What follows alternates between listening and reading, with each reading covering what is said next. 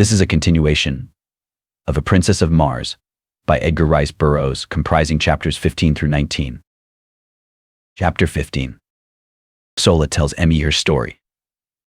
When consciousness returned, and as I soon learned I was down but a moment, I sprang quickly to my feet searching for my sword, and there I found it, buried to the hilt in the green breast of Zad, who lay stone dead upon the ochre moss of the ancient sea bottom.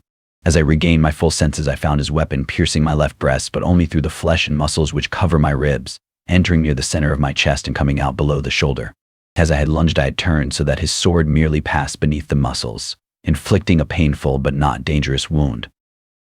Removing the blade from my body, I also regained my own, and turning my back upon his ugly carcass, I moved sick, sore, and disgusted toward the chariots which bore my retinue and my belongings. A murmur of Martian applause greeted me, but I cared not for it. Bleeding and weak, I reached my women, who, accustomed to such happenings, dressed my wounds, applying the wonderful healing and remedial agents which make only the most instantaneous of Dadia's blows fatal. Give a Martian woman a chance in death must take a back seat. They soon had me patched up so that, except for weakness from loss of blood and a little soreness around the wound, I suffered no great distress from this thrust which, under earthly treatment, undoubtedly would have put me flat on my back for days. As soon as they were through with me, I hastened to the chariot of Dajah, where I found my poor Sola with her chest swathed in bandages, but apparently little the worse for her encounter with Sarkoja, whose dagger it seemed had struck the edge of one of Sola's metal breast ornaments, and thus deflected had inflicted but a slight flesh wound. As I approached, I found Dajah lying prone upon her silks and furs, her lithe form racked with sobs. She did not notice my presence, nor did she hear me speaking with Sola, who was standing a short distance from the vehicle. Is she injured? I asked of Sola, indicating Dajah by an inclination of my head. No, she answered, she thinks that you are dead, and that her grandmother's cat may now have no one to polish its teeth. I queried, smiling. I think you wrong her, John Carty, said Sola. I do not understand either her ways or yours, but I am sure the granddaughter of 10,000 Jetics would never grieve like this over any who held but the highest claim upon her affections. They are a proud race, but they are just as are all Barsoomians, and you must have hurt or wronged her grievously that she will not admit your existence living, though she mourns you dead. Tears are a strange sight upon Barsoom, she continued, and so it is difficult for me to interpret them. I have seen but two people weep in all my life, other than Dajah. One wept from sorrow, the other from baffled rage. The first was my mother years ago before they killed her. The other was Sarkoja, when they dragged her from me today. Your mother, I exclaimed, but Sola, you could not have known your mother, child. But I did. And my father also, she added. If you would like to hear the strange and unbarsoomian story, come to the chariot tonight, John Carter, and I will tell you that of which I have never spoken in all my life before. And now the signal has been given to resume the march. You must go. I will come tonight, Sola, I promised. Be sure to tell Dajah I am alive and well. I shall not force myself upon her, and be sure that you do not let her know I saw her tears. If she would speak with me, I but await her command. Sola mounted the chariot, which was swinging into its place in line, and I hastened to my waiting thoat and galloped to my station beside Tarkas at the rear of the Bratian. We made a most imposing and awe-inspiring spectacle as we strung out across the yellow landscape the 250 ornate and brightly colored chariots, preceded by an advance guard of some 200 mounted warriors and chieftains riding 5 abreast and 100 yards apart, and followed by a like number in the same formation, with a score or more of flankers on either side. The 50 extra mastodons, or heavy-draught animals, known as zitidars, and the 500 or 600 extra thoats of the warriors running loose within the hollow square formed by the surrounding warriors. The gleaming metal and jewels of the gorgeous ornaments of the men and women, duplicated in the trappings of the zitidars and thoats, and interspersed with the flashing colors of magnificent silks and furs and feathers, lent a barbaric splendor to the caravan which would have turned an East Indian potentate green with envy. The enormous broad tires of the chariots and the padded feet of the animals brought forth no sound from the moss-covered sea bottom, and so we moved in utter silence, like some huge phantasmagoria, except when the stillness was broken by the guttural growling of a goaded zitidar or the squealing of fighting thoats. The green Martians conversed but little, and then usually in monosyllables, low and like the faint rumbling of distant thunder. We traversed a trackless waste of moss which, bending to the pressure of broad tire or padded foot, rose up again behind us, leaving no sign that we had passed. And we might indeed have been the wraiths of the departed dead upon the dead sea of that dying planet for all the sound or sign we made in passing. It was the first march of a large body of men and animals I had ever witnessed, which raised no dust and left no spore, for there is no dust upon Mars except in the cultivated districts during the winter months, and even then the absence of high winds renders it almost unnoticeable. We camped that night at the foot of the hills we had been approaching for 2 days, and which marked the southern boundary of this particular sea. Our animals had been 2 days without drink, nor had they had water for nearly 2 months, not since shortly after leaving Thark. But as Tarkus explained to me, they require but little and can live almost indefinitely upon the moss which covers Barsoom, and which he told me holds in its tiny stems sufficient moisture to meet the limited demands of the animals. After partaking of my evening meal of cheese-like food and vegetable milk, I sought out Sola, whom I found working by the light of a torch upon some of Tarkus' trappings. She looked up at my approach, her face lighting with pleasure and with welcome. "I am glad you came," she said. "Dejathoris sleeps and I am lonely. Mine own people do not care for me, John Carter. I am too unlike them. It is a sad fate, since I must live my life amongst them, and I often wish that I were a true green Martian woman, without love and without hope, but I have known love and so I am lost.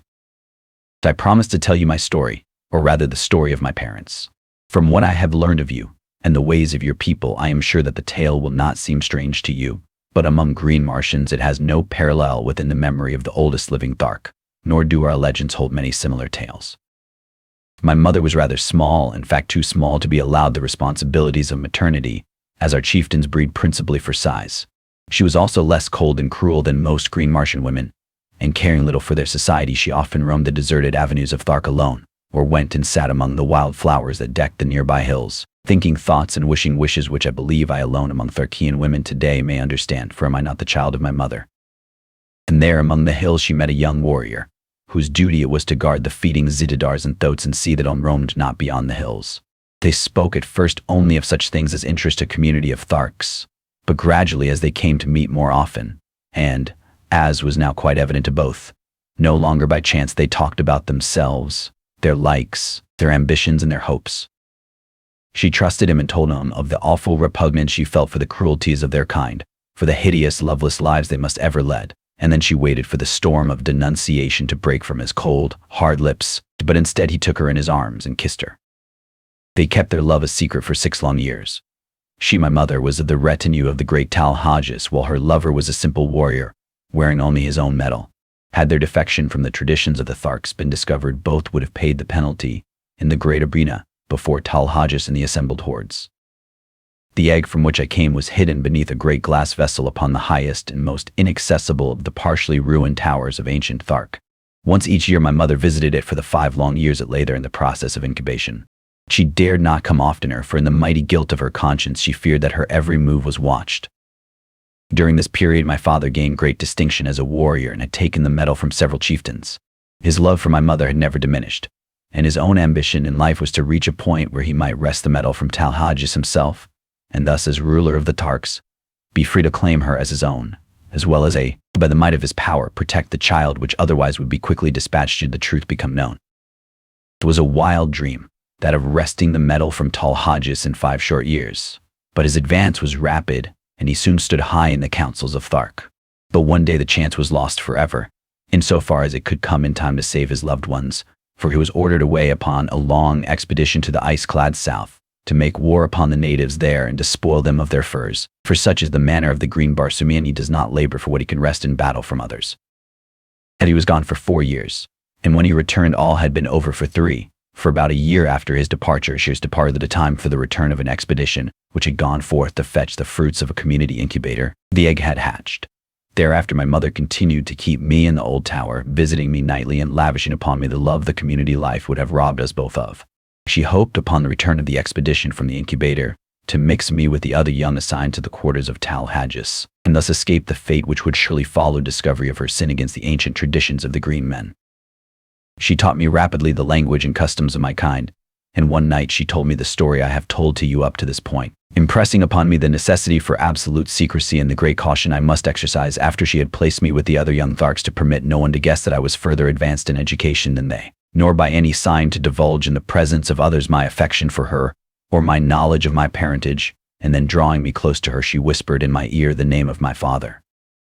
And then a light flashed out upon the darkness of the tower chamber, and there stood Sarkoja, her gleaming baleful eyes fixed in a frenzy of loathing, and contempt upon my mother. The torrent of hatred and abuse she poured out upon her turned my young heart cold in terror.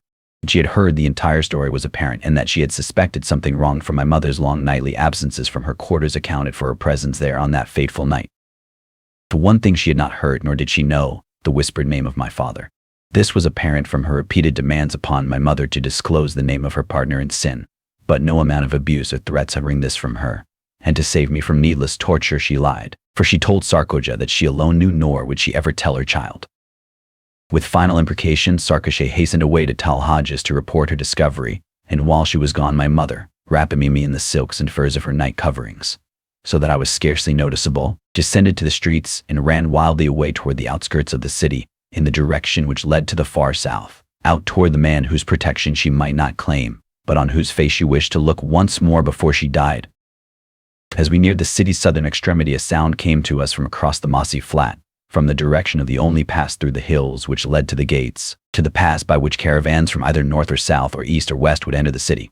The sounds we heard were the squealing of thoats and the grumbling of zitidars, with the occasional clank of arms which announced the approach of a body of warriors.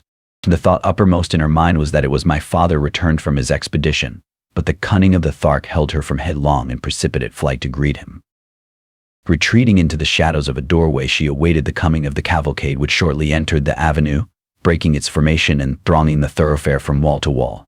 As the head of the procession passed us, the lesser moon swung clear of the overhanging roofs and lit up the scene with all the brilliancy of her wondrous light. My mother shrank further back into the friendly shadows, and from her hiding place saw that the expedition was not that of my father, but the returning caravan bearing the young Tharks. Instantly her plan was formed, and as a great chariot swung close to our hiding place, she slipped stealthily in upon the trailing tailboard, crouching low in the shadow of the high side, straining me to her bosom in a frenzy of love. She knew what I did not, that never again after that night would she hold me to her breast, nor was it likely we would ever look upon each other's face again. In the confusion of the plaza, she mixed me with the other children, whose guardians during the journey were now free to relinquish their responsibility. We were herded together into a great room, fed by women who had not accompanied the expedition, and the next day we were parceled out among the retinues of the chieftains. I never saw my mother after that night. She was imprisoned by Talhajas, and every effort, including the most horrible and shameful torture, was brought to bear upon her to wring from her lips the name of my father, but she remained steadfast and loyal, dying at last amidst the laughter of Talhajas and his chieftains during some awful torture she was undergoing. I learned afterwards that she told them that she had killed me to save me from a like fate at their hands, and that she had thrown my body to the white apes. Sarkoja alone disbelieved her, and I feel to this day that she suspects my true origin, but does not dare expose me at the present at all events, because she also guesses, I am sure, the identity of my father. When he returned from his expedition and learned the story of my mother's fate, I was present, as Talhajas told him, but never by the quiver of a muscle did he betray the slightest emotion. Only he did not laugh as Talhajas gleefully described her death struggles. From that moment on he was the cruelest of the cruel, and I am awaiting the day when he shall win the goal of his ambition and feel the carcass of Talhajas beneath his foot. For I am assured that he but waits the opportunity to wreak a terrible vengeance, and that his great love is as strong in his breast as when it first transfigured him nearly 40 years ago, as I am that we sit here upon the edge of a world-old ocean while sensible people sleep. John Carter. Can your father Sola, is he with us now? I asked. Yes, she replied, but he does not know me for what I am, nor does he know who betrayed my mother to Talhajas. I alone know my father's name, and only I and Talhajas and Sarkoja know that it was she who carried the tale that brought death and torture upon her he loved. We sat silent for a few moments, she wrapped in the gloomy thoughts of her terrible past, and I in pity for the poor creatures whom the heartless, senseless customs of their race had doomed to loveless lives of cruelty and of hate. Presently she spoke. John Carter, if ever a real man walked the cold, dead bosom of Barsoom, you are one.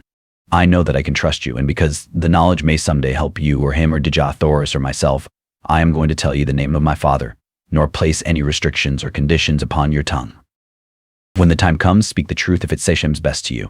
I trust you because I know that you are not cursed with the terrible trait of absolute and unswerving truthfulness, that you could lie like one of your own Virginia gentlemen, if a lie would save others from sorrow or suffering. My father's name is Tars Tarkas. Chapter 16. We plan escape. The remainder of our journey to Thark was uneventful. We were 20 days upon the road, crossing 2 sea bottoms and passing through or around a number of ruined cities, mostly smaller than Karad. Twice we crossed the famous Martian waterways or canals so called by our earthly astronomers.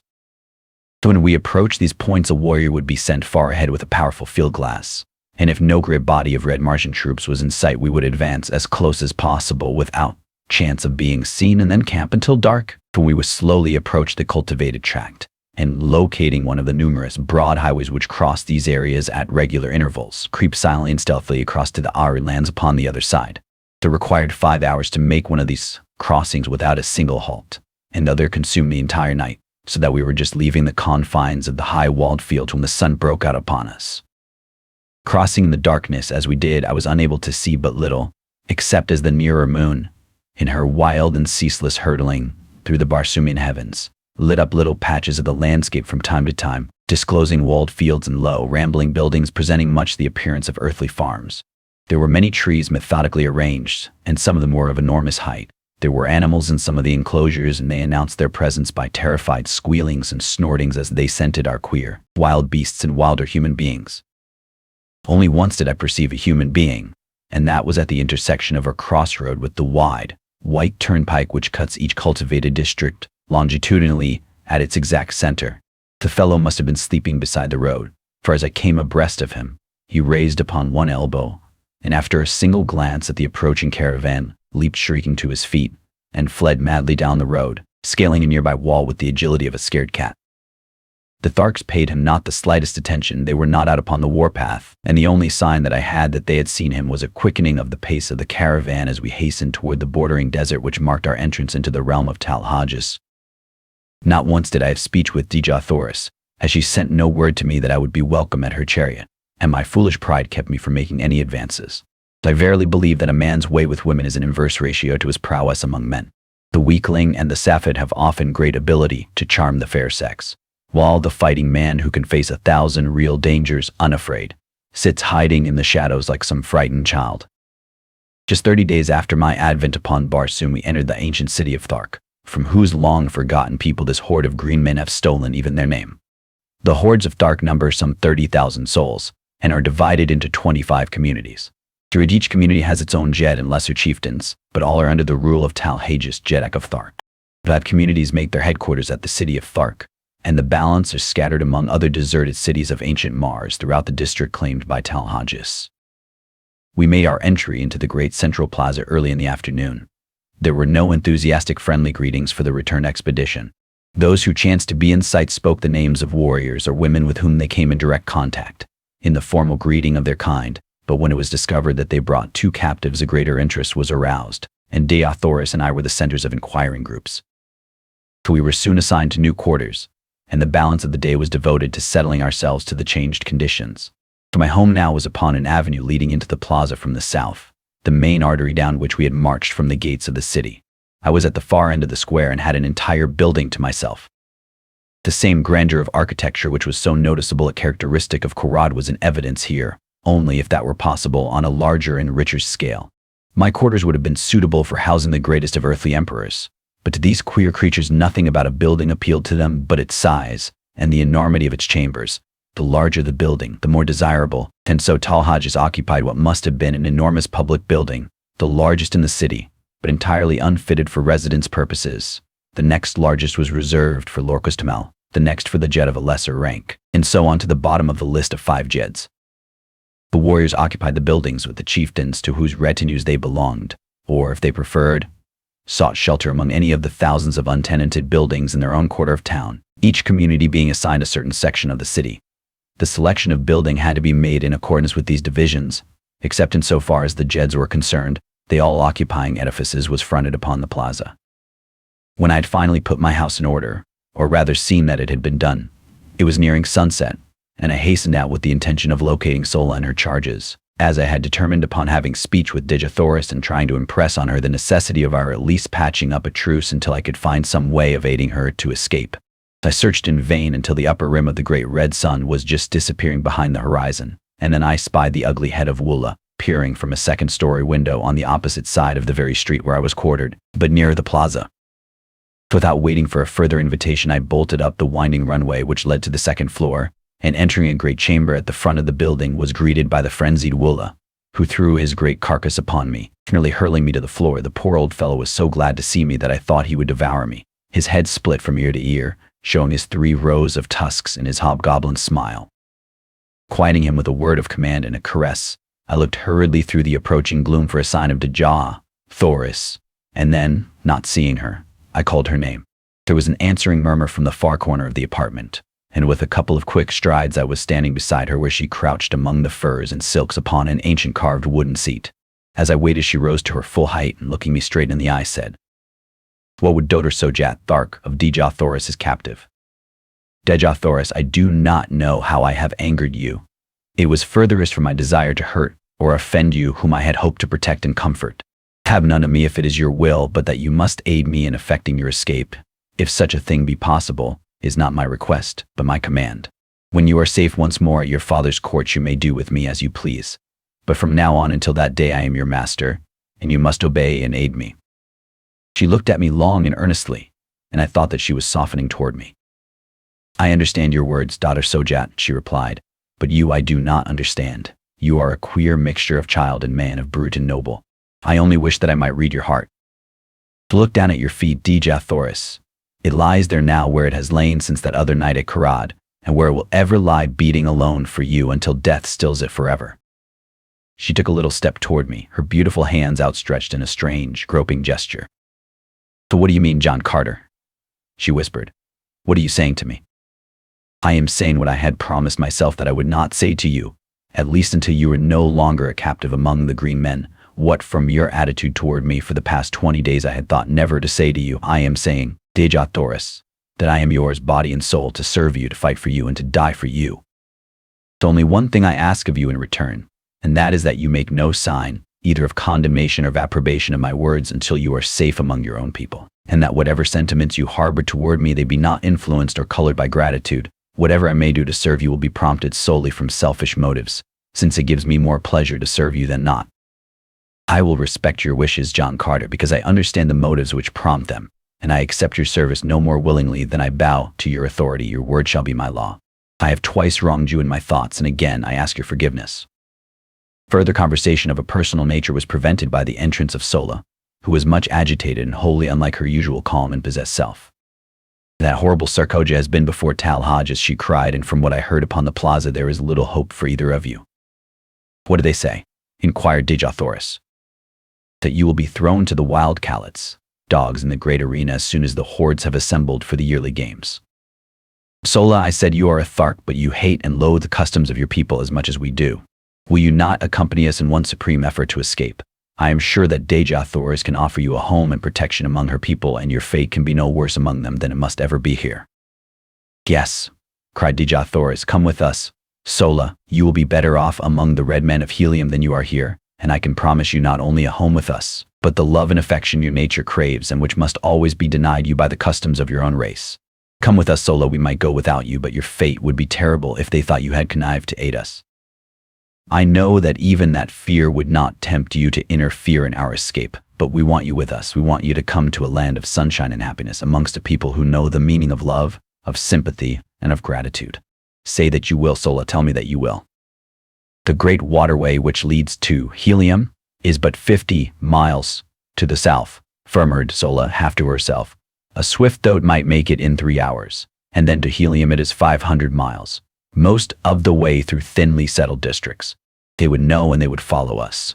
We might hide among the great trees for a time, but the chances are small indeed for escape. They would follow us to the very gates of Helium, and they would take toll of life at every step. You not know them." "Is there no other way we might reach Helium?" I asked. "Can you not draw me a rough map of the country we must traverse, Dejah Thoris?"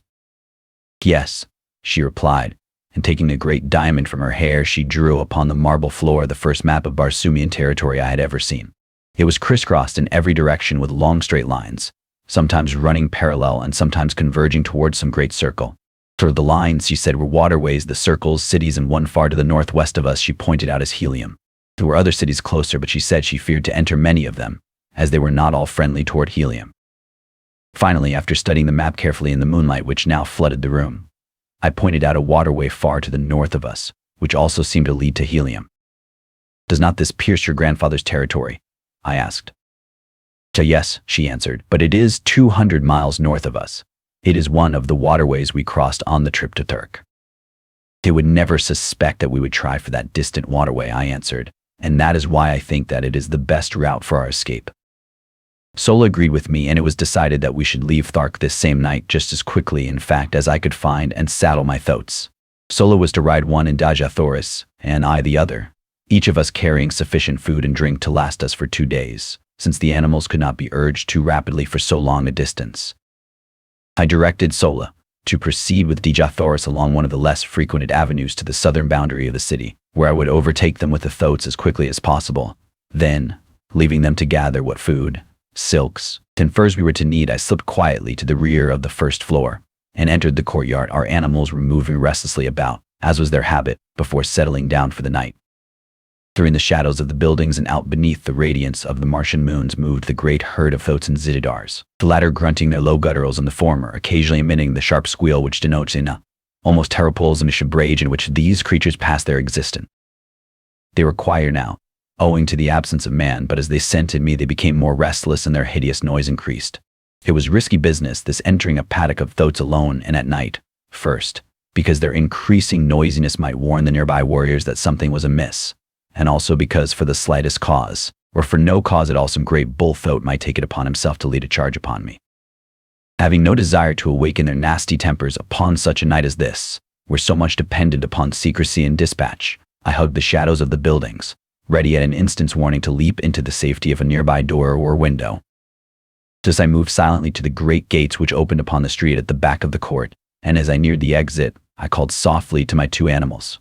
How I thanked the kind Providence which had given me the foresight to win the love and confidence of these wild dumb brutes, for presently from the far side of the court I saw 2 huge bulks forcing their way toward me through the surging mountains as flesh.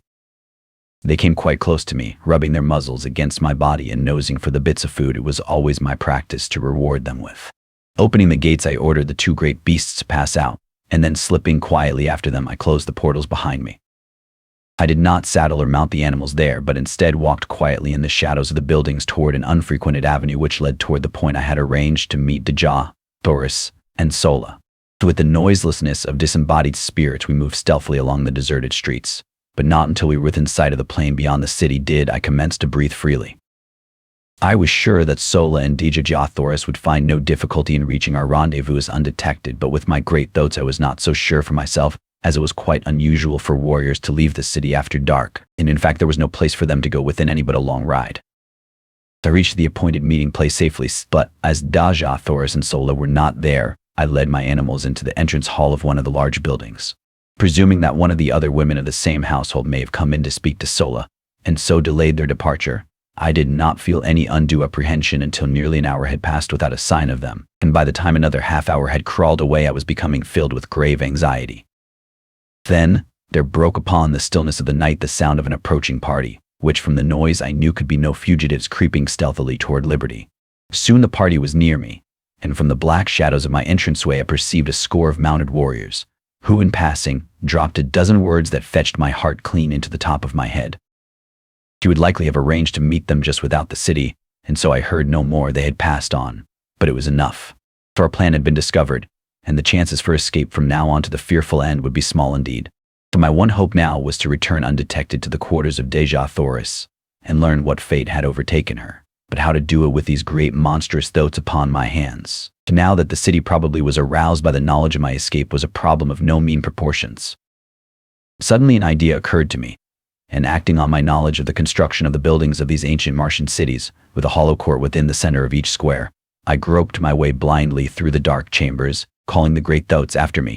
They had difficulty negotiating some of the doorways, but as the buildings fronting the city's principal exposures were all designed upon a magnificent scale, they were able to wriggle through without sticking fast, and thus we finally made the inner court, where I found, as I had expected, the usual carpet of moss-like vegetation which would provide their food and drink until I could return them to their own enclosure. That they would be as quiet and contented here as elsewhere I was confident, nor was there but the remotest possibility that they would be discovered, as the green men had no great desire to enter these outlying buildings, which were frequented by the only thing, I believe, which caused them the sensation of fear, the great white apes of Barsoom.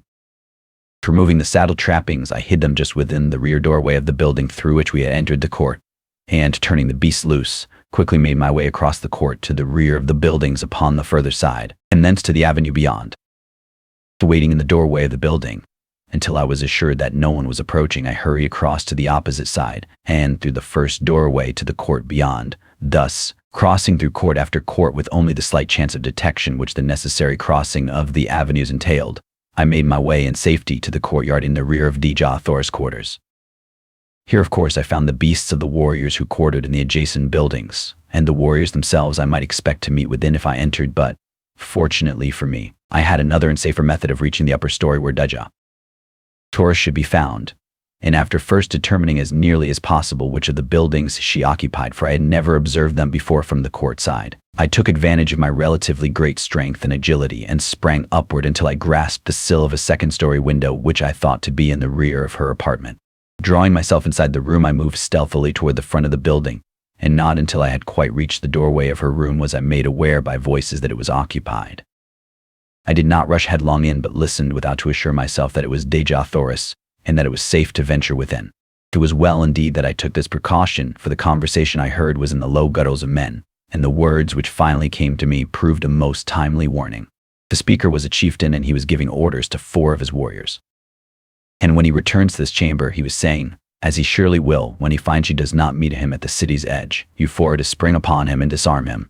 It will require the combined strength of all of you to do it if the reports they bring back from Karad are correct. When you have him fast bound, bear him to the vaults beneath the Jedek's quarters and chain him securely where he may be found when Talhajas wishes him. Allow him to speak with none, nor permit any other to enter this apartment before he comes. There will be no danger of the girl returning, for by this time she is safe in the arms of Talhajas, and may all her ancestors have pity upon her, for Talhajas will have none. The great Sarkoja has done a noble knight's work. I go, and if you fail to capture him when he comes, I commend your carcasses to the cold bosom of Is. Chapter 17. Ain. A costly recapture. As the speaker ceased, he turned to leave the apartment by the door where I was standing, but I needed to wait no longer. I had heard enough to fill my soul with dread, and stealing quietly away, I returned to the courtyard by the way I had come. For my plan of action was formed upon the instant, and crossing the square and the bordering avenue upon the opposite side, I soon stood within the courtyard of Talhajas. The brilliantly lighted apartments of the first floor told me where first to seek, and advancing to the windows, I peered within. But I soon discovered that my approach was not to be the easy thing I had hoped, for the rear rooms bordering the court were filled with warriors and women. I then glanced up at the stories above, discovering that the third was apparently unlighted, and so decided to make my entrance to the building from that point. It was the work of but a moment for me to reach the windows above, and soon I had drawn myself within the sheltering shadows of the unlighted third floor. Fortunately, the room I had selected was untenanted, and creeping noiselessly to the corridor beyond, I discovered a light in the apartments ahead of me. Reaching what appeared to be a doorway, I discovered that it was but an opening upon an immense inner chamber which towered from the first floor, 2 stories below me, to the dome-like roof of the building, high above my head. The floor of this great circular hall was thronged with chieftains, warriors, and women, and at one end was a great raised platform upon which squatted the most hideous beast I had ever put my eyes upon. He had all the cold, hard, cruel, terrible features of the green warriors, but accentuated and debased by the animal passions to which he had given himself over for many years. There was not a mark of dignity or pride upon his bestial countenance, while his enormous bulk spread itself out upon the platform where he squatted like some huge devilfish, his 6 limbs accentuating the similarity in a horrible and startling manner. But the sight that froze me with apprehension was that of Dejah-Thoris and Sola standing there before him, and the fiendish leer of him as he let his great protruding eyes gloat upon the lines of her beautiful figure. She was speaking, but I could not hear what she said, nor could I make out the low grumbling of his reply. She stood there erect before him, her head high held, and even at the distance I was from them I could read the scorn and disgust upon her face as she let her haughty glance rest without sign of fear upon him. She was indeed the proud daughter of 1,000 Jedeks. Every inch of her dear, precious little body, so small, so frail beside the towering warriors around her, but in her majesty dwarfing them into insignificance. She was the mightiest figure among them, and I verily believe that they felt it. Presently Talhajas made a sign that the chamber be cleared, and that the prisoners be left alone before him. Slowly the chieftains, the warriors, and the women melted away into the shadows of the surrounding chambers, and Dejah-Thoris and Sola stood alone before the Jedek of the Tharks. For one chieftain alone had hesitated before departing. I saw him standing in the shadows of a mighty column, his fingers nervously toying with the hilt of his great sword and his cruel eyes bent in implacable hatred upon Talhajas. It was Tarkas, and I could read his thoughts as they were an open book for the undisguised loathing upon his face. He was thinking of that other woman who 40 years ago had stood before this beast, and could I have spoken a word into his ear at that moment, the reign of Talhajas would have been over. But finally he also strode from the room, not knowing that he left his own daughter at the mercy of the creature he most loathed. Talhajas arose, and I, half fearing, half anticipating his intentions, hurried to the winding runway which led to the floors below. No one was near to intercept me, and I reached the main floor of the chamber unobserved, taking my station in the shadow of the same column that Tarkas had but just deserted. As I reached the floor, Talhajas was speaking. "Princess of Helium, I might wring a mighty ransom from your people, would I, but return you to them unharmed. But 1,000 times rather would I watch that beautiful face writhe in the agony of torture. It shall be long drawn out. That I promise you, 10 days of pleasure were all too short to show the love I harbor for your race. The terrors of your death shall haunt the slumbers of the red men through all the ages to come. They will shudder in the shadows of the night as their fathers tell them of the awful vengeance of the green men. What are the power and might and hate and cruelty of Talhajas? But before the torture you shall be mine for one short hour, and word of that too shall go forth to Tardos Moors, Jeddak of Helium, your grandfather, that he may grovel upon the ground in the agony of his sorrow. Tomorrow the torture will commence. Tonight thou art Talhajas, come."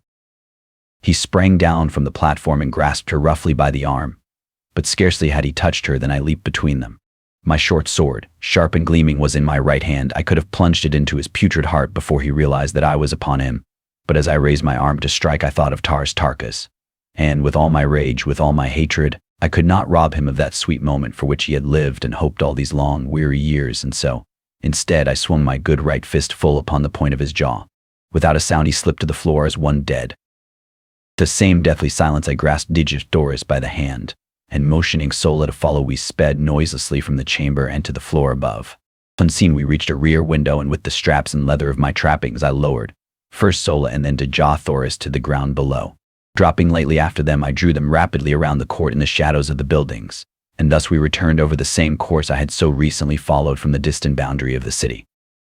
We finally came upon my thoats in the courtyard where I had left them, and placing the trappings upon them, we hastened through the building to the avenue beyond. Mounting Sola upon one beast, and Digitoris behind me upon the other, we rode from the city of Thark through the hills to the south. Instead of circling back around the city to the northwest, and toward the nearest waterway which lay so short a distance from us, we turned to the northeast and struck out upon the mossy waste, across which, for 200 dangerous and weary miles, lay another main artery leading to Helium. No word was spoken until we had left the city far behind, but I could hear the quiet sobbing of Digitoris as she clung to me with her dear head resting against my shoulder. "If we make it, my chieftain, the debt of Helium will be a mighty one, greater than she can ever pay you. And should we not make it," she continued, "the debt is no less, though Helium will never know, for you have saved the last of our line from worse than death." I did not answer, but instead reached to my side and pressed the little fingers of her I loved where they clung to me for support. And then in unbroken silence we sped over the yellow, moonlit moss, each of us occupied with his own thoughts.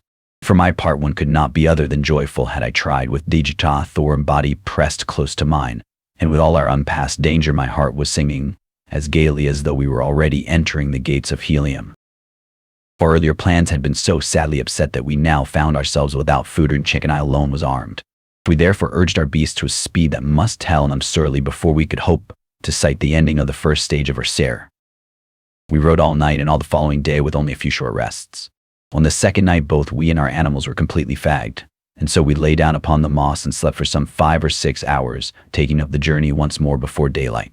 All the following day we rode, and when, late in the afternoon, we had sighted no distant trees, the mark of the great waterways throughout all Barsoom, the terrible truth flashed upon us: we were lost.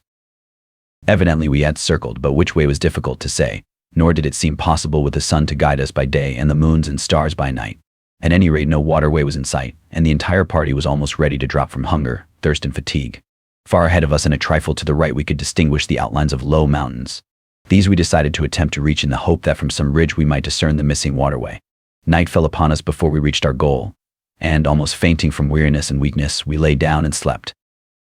I was awakened early in the morning by some huge body pressing close to mine, and opening my eyes with a start I beheld my blessed old Willa snuggling close to me. The faithful brute had followed us across that trackless waste to share our fate, whatever it might be. Putting my arms about his neck, I pressed my cheek close to his, nor am I ashamed that I did it, nor the tears that came to my eyes as I thought of his love for me. Shortly after this, Deja, Thoris, and Sola awakened, and it was decided that we push on at once in an effort to gain the hills. We had gone scarcely a mile when I noticed that my throat was commencing to stumble and stagger in a most pitiful manner, although we had not attempted to force them out of a walk since about noon of the preceding day. Suddenly he lurched wildly to one side and pitched violently to the ground.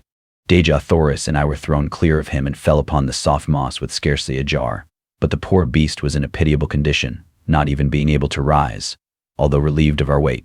Sola told me that the coolness of the night, when it fell, together with the rest, would doubtless revive him, and so I decided not to kill him, as was my first intention, as I had thought it cruel to leave him alone there to die of hunger and thirst. Relieving him of his trappings, which I flung down beside him, we left the poor fellow to his fate and pushed on with the one thought as best we could. Sola and I walked, making Deja Thoris ride, much against her will.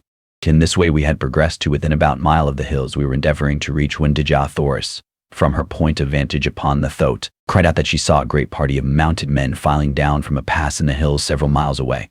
Sola and I both looked in the direction she indicated, and there, plainly discernible, were several hundred mounted warriors.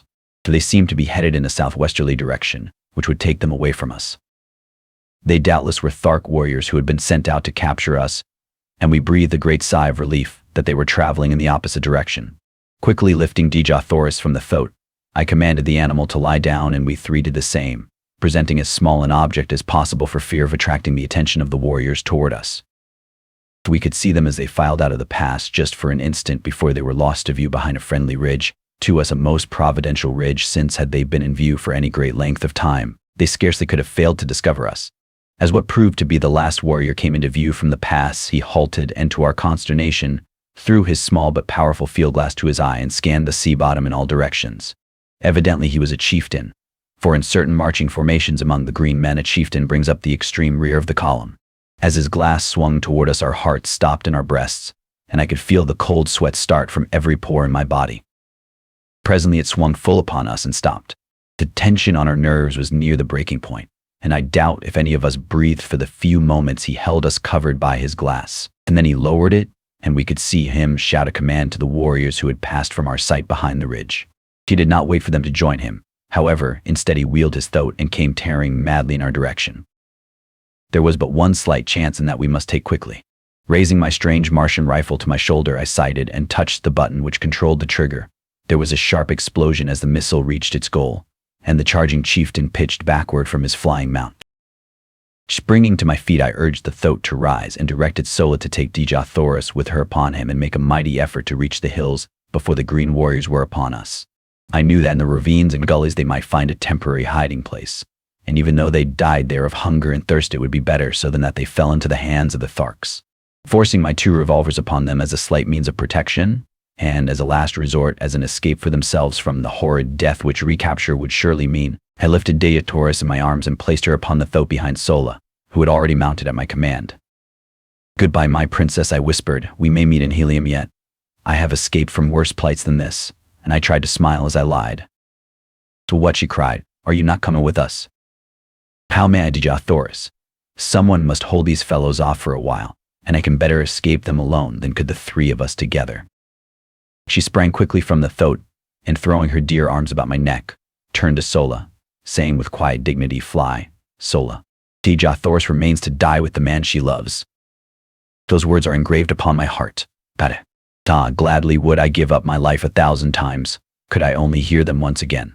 But I could not then give even a second to the rapture of her sweet embrace, and pressing my lips to hers for the first time, I picked her up bodily and tossed her to her seat behind Sola again, commanding the latter in peremptory tones to hold her there by force, and then, slapping the throat upon the flank, I saw them borne away, Deja Thoris struggling to the last to free herself from Sola's grasp. Turning, I beheld the green warriors mounting the ridge and looking for their chieftain. For in a moment they saw him, and then me, but scarcely had they discovered me than I commenced firing, lying flat upon my belly in the moss. I had an even 100 rounds in the magazine of my rifle, and then another 100 in the belt at my back, and I kept up a continuous stream of fire until I saw all of the warriors who had been first to return from behind the ridge either dead or scurrying to cover. My respite was short-lived, however, for soon the entire party, numbering some 1,000 men, came charging into view, racing madly toward me. I fired until my rifle was empty and they were almost upon me, and in a glance showing me that Deja, Thoris, and Sola had disappeared among the hills, I sprang up, throwing down my useless gun, and started away in the direction opposite to that taken by Sola and her charge. If ever Martians had an exhibition of jumping, it was granted those astonished warriors on that day long years ago, but while it led the way from Deja Thoris, it did not distract their attention from endeavoring to capture me. They raced wildly after me until, finally, my foot struck a projecting piece of quartz, and down I went sprawling upon the moss. As I looked up, they were upon me, and although I drew my long sword in an attempt to sell my life as dearly as possible, it was soon over. What I reeled beneath their blows, which fell upon me in perfect torrents, my head swam, all was black, and I went down beneath them to oblivion. Chapter 18. Chained in Warhoon. It must have been several hours before I regained consciousness, and I well remember the feeling of surprise which swept over me as I realized that I was not dead. I was lying among a pile of sleeping silks and furs in the corner of a small room in which were several green warriors, and bending over me was an ancient and ugly female. As I opened my eyes, she turned to one of the warriors, saying, "He will live, O Jed." "'Tis well," replied the one so addressed, rising and approaching my couch. "He should render rare sport for the great games." And now as my eyes fell upon him, I saw that he was no Thark, for his ornaments and metal were not of that horde. He was a huge fellow, terribly scarred about the face and chest, and with one broken tusk and a missing ear. Strapped on either breast were human skulls, and depending from these a number of dried human hands. His reference to the great games of which I had heard so much while among the Tharks convinced me that I had but jumped from purgatory into Guinea.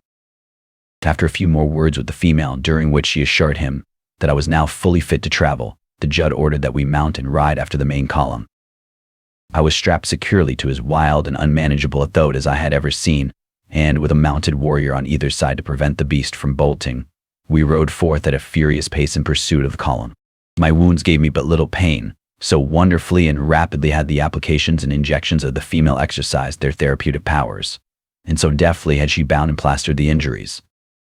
Just before dark we reached the main body of troops shortly after they had made camp for the night. I was immediately taken before the leader, who proved to be the Jeddak of the hordes of Warhoon.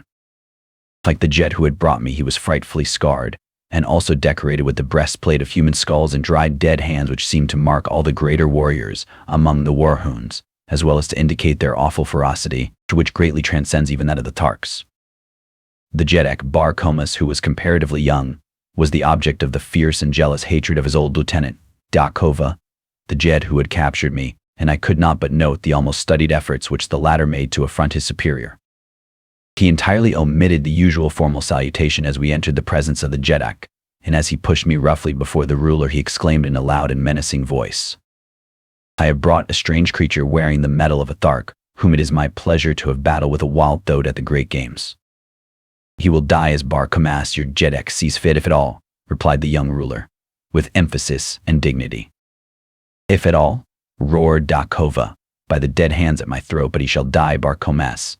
No maudlin weakness on your part shall save him.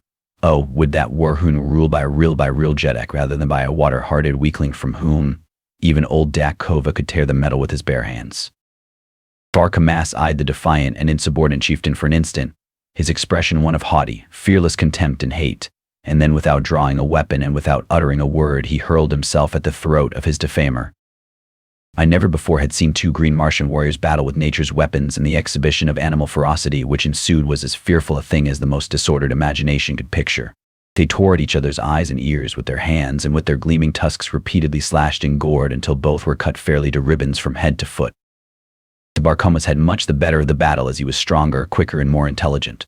It soon seemed that the encounter was done, saving only the final death thrust when Bar Comas slipped in, breaking away from a clinch. It was the one little opening that Dakova needed, and hurling himself at the body of his adversary, he buried his single mighty tusk in Bar Comas' groin, and with a last powerful effort ripped the young Jeddak wide open the full length of his body, the great tusk finally wedging in the bones of Bar Comas' jaw. Victor and vanquished rolled limp and lifeless upon the moss, a huge mass of torn and bloody flesh. Bar Comas was stone dead, and only the most Herculean efforts on the part of Dakova's female saved him from the fate he deserved. 3 days later, he walked without assistance to the body of Bar Kamas, which by custom had not been moved from where it fell, and placing his foot upon the neck of his erstwhile ruler, he assumed the title of Jedak of Warhoon. The dead Jedak's hands and head were removed to be added to the ornaments of his conqueror, and then his women cremated what remained, amid wild and terrible laughter. The injuries to Dakova had delayed the march so greatly that it was decided to give up the expedition, which was a raid upon a small Thark community in retaliation for the destruction of the incubator, until after the Great Games, and the entire body of warriors, 10,000 in number, turned back toward Warhoon. So my introduction to these cruel and bloodthirsty people was but an index to the scenes I witnessed almost daily while with them. They are a smaller horde than the Tharks, but much more ferocious. Not a day passed but that some members of the various Warhoon communities met in deadly combat. I have seen as high as 8 mortal duels within a single day. We reached the city of Warhoon after some 3 days' march, and I was immediately cast into a dungeon and heavily chained to the floor and walls. Food was brought me at intervals, but owing to the utter darkness of the place, I do not know whether I lay there days or weeks or months. It was the most horrible experience of all my life, and that my mind did not give way to the terrors of that inky blackness has been a wonder to me ever since. The place was filled with creeping, crawling things. Cold, sinuous bodies passed over me when I lay down, and in the darkness I occasionally caught glimpses of gleaming, fiery eyes fixed in horrible intentness upon me. No sound reached me from the world above, and no word would my jailer vouchsafe when my food was brought to me, although I at first bombarded him with questions. Finally, all the hatred and demoniacal loathing for these awful creatures who had placed me in this horrible place was centered by my tottering reason upon this single emissary who represented to me the entire horde of Warhoons. I had noticed that he always advanced with his dim torch to where he could place the food within my reach, and as he stooped to place it upon the floor, his head was about on a level with my breast. So, with the cunning of a madman, I backed into the far corner of my cell when next I heard him approaching, and gathering a little slack of the great chain which held me in my hand, I waited his coming, crouching like some beast of prey. As he stooped to place my food upon the ground, I swung the chain above my head and crashed the links with all my strength upon his skull. So without a sound he slipped to the floor, stone dead. Laughing and chattering like the idiot I was fast becoming, I fell upon his prostrate form, my fingers feeling for his dead throat.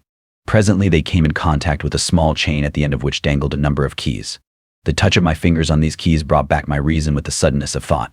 No longer was I a gibbering idiot, but a sane, reasoning man with the means of escape within my very hands. As I was groping to remove the chain from about my victim's neck, I glanced up into the darkness to see 6 pairs of gleaming eyes fixed, unwinking, upon me. Slowly they approached, and slowly I shrank back from the awful horror of them. Back into my corner I crouched, holding my hands palms out before me, and stealthily on came the awful eyes until they reached the dead body at my feet. Then slowly they retreated, but this time with a strange grating sound, and finally they disappeared in some black and distant recess of my dungeon. Chapter 19. Battling in the arena. Slowly I regained my composure and finally essayed again to attempt to remove the keys from the dead body of my former jailer. But as I reached out into the darkness to locate it, I found to my horror that it was gone. Then the truth flashed on me. The owners of those gleaming eyes had dragged my prize away from me to be devoured in their neighboring lair, as they had been waiting for days, for weeks, for months, through all this awful eternity of my imprisonment, to drag my dead carcass to their feast. For 2 days no food was brought me, but then a new messenger appeared and my incarceration went on as before. But not again did I allow my reason to be submerged by the horror of my position. Shortly after this episode, another prisoner was brought in and chained near me. By the dim torchlight I saw that he was a red Martian, and I could scarcely await the departure of his guards to address him. As their retreating footsteps died away in the distance, I called out softly the Martian word of greeting, Koer. Who are you who speaks out of the darkness? He answered. John Carter, a friend of the Red Men of Helium. I am of Helium, he said, but I do not recall your name. And then I told him my story as I have written it here, omitting only any reference to my love for Dija Thoris. He was much excited by the news of Helium's princess, and seemed quite positive that she and Sola could easily have reached a point of safety from where they left me. He said that he knew the place well because the defile through which the Warhoon warriors had passed when they discovered us was the only one ever used by them when marching to the south. Dija Thoris and Sola entered the hills not 5 miles from a great waterway, and are now probably quite safe, he assured me. So my fellow prisoner was Kantos Khan, a Padwar lieutenant in the navy of Helium. He had been a member of the ill-fated expedition which had fallen into the hands of the Tharks at the time of Dija Thoris' capture, and he briefly related the events which followed the defeat of the battleships. Badly injured and only partially manned, they had limped slowly toward Helium, But while passing near the city of Zodangas, the capital of Helium's hereditary enemies among the Red Men of Barsoom, they had been attacked by a great body of war vessels, and all but the craft to which Kantos Khan belonged were either destroyed or captured. His vessel was chased for days by 3 of the Zodangan warships, but finally escaped during the darkness of a moonless night. 30 days after the capture of Deja Thoris, or about the time of our coming to Thark, his vessel had reached Helium, with about 10 survivors of the original crew of 700 officers and men. Immediately 7 great fleets, each of 100 mighty warships, had been dispatched to search for Deja Thoris, and from these vessels 2,000 smaller craft had been kept out continuously in futile search for the missing princess. 2 green Martian communities had been wiped off the face of Barsoom by the avenging fleets, but no trace of Deja Thoris had been found. They had been searching among the northern hordes, and only within the past few days had they extended their quest to the south. Kantos Khan had been detailed to one of the small one-man flyers, and had had the misfortune to be discovered by the war hoons while exploring their city. The bravery and daring of the man won my greatest respect and admiration. Alone, he had landed at the city's boundary and on foot had penetrated to the buildings surrounding the plaza. For 2 days and nights he had explored their quarters and their dungeons in search of his beloved princess, only to fall into the hands of a party of war hoons as he was about to leave, after assuring himself that Deja Thoris was not a captive there. During the period of our incarceration, Kantos Khan and I became well acquainted and formed a warm personal friendship. A few days only elapsed, however, before we were dragged forth from our dungeon for the great games. We were conducted early one morning to an enormous amphitheater which, instead of having been built upon the surface of the ground, was excavated below the surface. It had partially filled with debris, so that how large it had originally been was difficult to say. In its present condition, it held the entire 20,000 war hoons of the assembled hordes. The arena was immense but extremely uneven and unkempt. Around it, the war hoons had piled building stone from some of the ruined edifices of the ancient city to prevent the animals and the captives from escaping into the audience, and at each end had been constructed cages to hold them until their turns came to meet some horrible death upon the arena.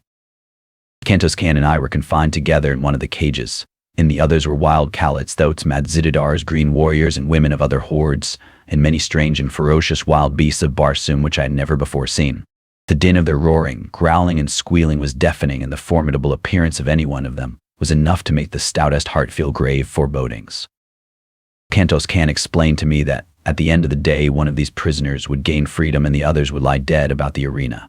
The winners in the various contests of the day would be pitted against each other until only 2 remained alive, the victor in the last encounter being set free, whether animal or man. So the following morning the cages would be filled with a new consignment of victims, and so on throughout the 10 days of the games. Shortly after we had been caged, the amphitheater began to fill, and within an hour every available part of the seating space was occupied. Jakova, with his jeds and chieftains, sat at the center of one side of the arena upon a large raised platform. At a signal from Jakova, the doors of 2 cages were thrown open, and a dozen green Martian females were driven to the center of the arena. Each was given a dagger, and then, at the far end, a pack of 12 Kalits, or wild dogs, were loosed upon them. As the brutes, growling and foaming, rushed upon the almost defenseless women, I turned my head that I might not see the horrid sight. The yells and laughter of the green horde bore witness to the excellent quality of the sport, and when I turned back to the arena, as Kantos Khan told me it was over, I saw 3 victorious Kalits, snarling and growling over the bodies of their prey. The women had given a good account of themselves. The next, a Madzididar was loosed among the remaining dogs, and so went throughout the long, hot, horrible day. During the day I was pitted against first men and then beasts, but as I was armed with a long sword and always outclassed my adversary in agility and generally in strength as well, it proved but child's play to me. Time and time again I won the applause of the bloodthirsty multitude, and toward the end there were cries that I be taken from the arena and be made a member of the hordes of Warhoon. Finally there were but 3 of us left, a great green warrior of some far northern horde, Kantos Khan, and myself. The other 2 were to battle, and then I to fight the conqueror for the liberty which was accorded the final winner. Kantos Khan had fought several times during the day, and like myself had always proven victorious, but occasionally by the smallest of margins, especially when pitted against the green warriors. I had little hope that he could best his giant adversary who had mowed down all before him during the day. The fellow towered nearly 16 feet in height, while Kantos Khan was some inches under 6 feet. As they advanced to meet one another, I saw for the first time a trick of Martian swordsmanship which centered Kantos Khan's every hope of victory and life on one cast of the dice, for as he came to within about 20 feet of the huge fellow, he threw his sword arm far behind him over his shoulder, and with a mighty sweep hurled his weapon point foremost at the green warrior. It flew true as an arrow, and piercing the poor devil's heart, laid him dead upon the arena. Cantos Can and I were now pitted against each other, but as we approached the encounter, I whispered to him to prolong the battle until nearly dark, in the hope that we might find some means of escape. The horde evidently guessed that we had no hearts to fight each other, and so they howled in rage as neither of us placed a fatal thrust. Just as I saw the sudden coming of dark, I whispered to Cantos Can to thrust his sword between my left arm and my body. As he did so, I staggered back, clasping the sword tightly with my arm, and thus fell to the ground with his weapon apparently protruding from my chest. Cantos Can perceived my coup, and stepping quickly to my side, he placed his foot upon my neck, and withdrawing his sword from my body, gave me the final death blow through the neck, which is supposed to sever the jugular vein. But in this instance the cold blade slipped harmlessly into the sand of the arena. Thorn in the darkness which had now fallen, none could tell but that he had really finished me. I whispered to him to go and claim his freedom, and then look for me in the hills east of the city, and so he left me. When the amphitheater had cleared, I crept stealthily to the top, and as the great excavation lay far from the plaza, and in an untenanted portion of the great dead city, I had little trouble in reaching the hills beyond. So it concludes the fourth part of 6 total of A Princess of Mars by Edgar Rice Burroughs, produced by Best Audiobooks for free.